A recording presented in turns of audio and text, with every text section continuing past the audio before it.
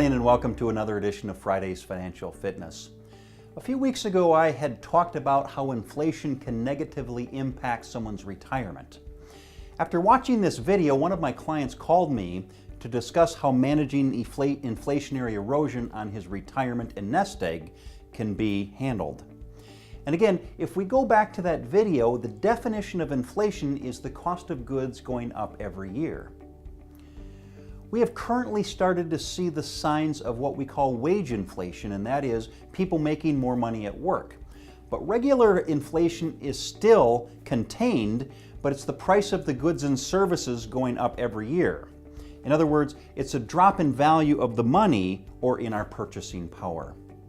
Therefore, the best way for me to address inflation on someone's retirement is to simply have your investments earn more than the rate of inflation. If inflation's around 3%, then our goal is to generate something greater than 3% on our investments. During the accumulation phase, it's simple.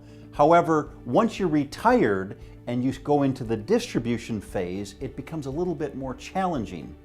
In the distribution phase, it becomes more challenging because typically, once you retire and you start pulling money out of your retirement, you can't recoup based on what inflation does. So let me walk you through a specific example.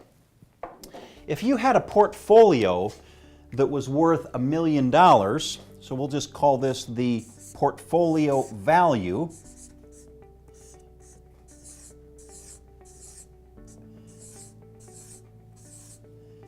and this is the beginning value when you retire, and let's just say the withdrawal rate that you're pulling out is 4%, or on the $1 million, that would be $40,000. If you were in a 30% tax bracket, 30% of the $40,000 would be another $12,000 that you would end up paying Uncle Sam.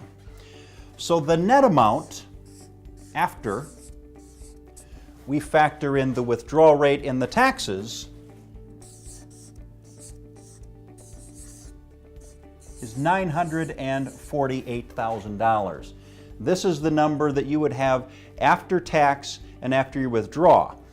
Now, let's talk about the topic of discussion, and that is inflation. If we used a rate of 3%, which has been fairly normal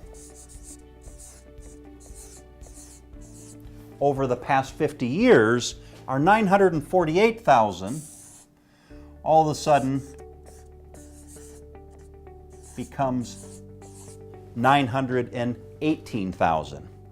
Now, assuming that we've made some money in the portfolio, we're going to use a return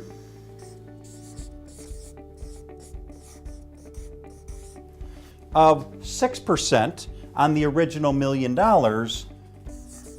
So we would add back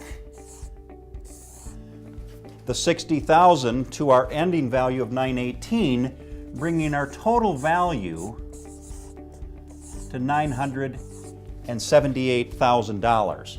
That is what we call our end of the year value, and our beginning of the year, of course, was the $1 million.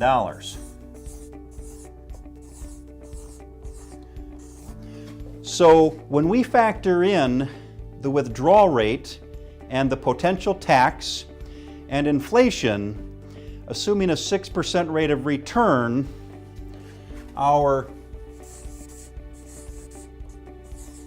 erosion, if we call it, is still at $22,000. Now, if you're 65 years old and you've got $1 million and you're eroding that $1 million by $22,000 a year, it's not the end of the world. However, it's important to keep in mind that $22,000. So Back to the original question about how to manage the inflationary erosion. I don't think it's a matter of trying to beat the inflationary erosion, but how to participate in the inflationary environment. Historically, there have been certain investments that have performed better than others during inflationary periods. According to Investopedia, historically investments that have been a good hedge against inflation are real estate, gold, oil, stocks, and specifically consumer stocks like household items. Generally, bonds do not do well, specifically long-term bonds. However, there are bonds that historically have gone up during inflationary periods, and those would typically be ones that adjust with interest rates and inflation, like Treasury inflation-protected securities, as well as floating-rate bank notes.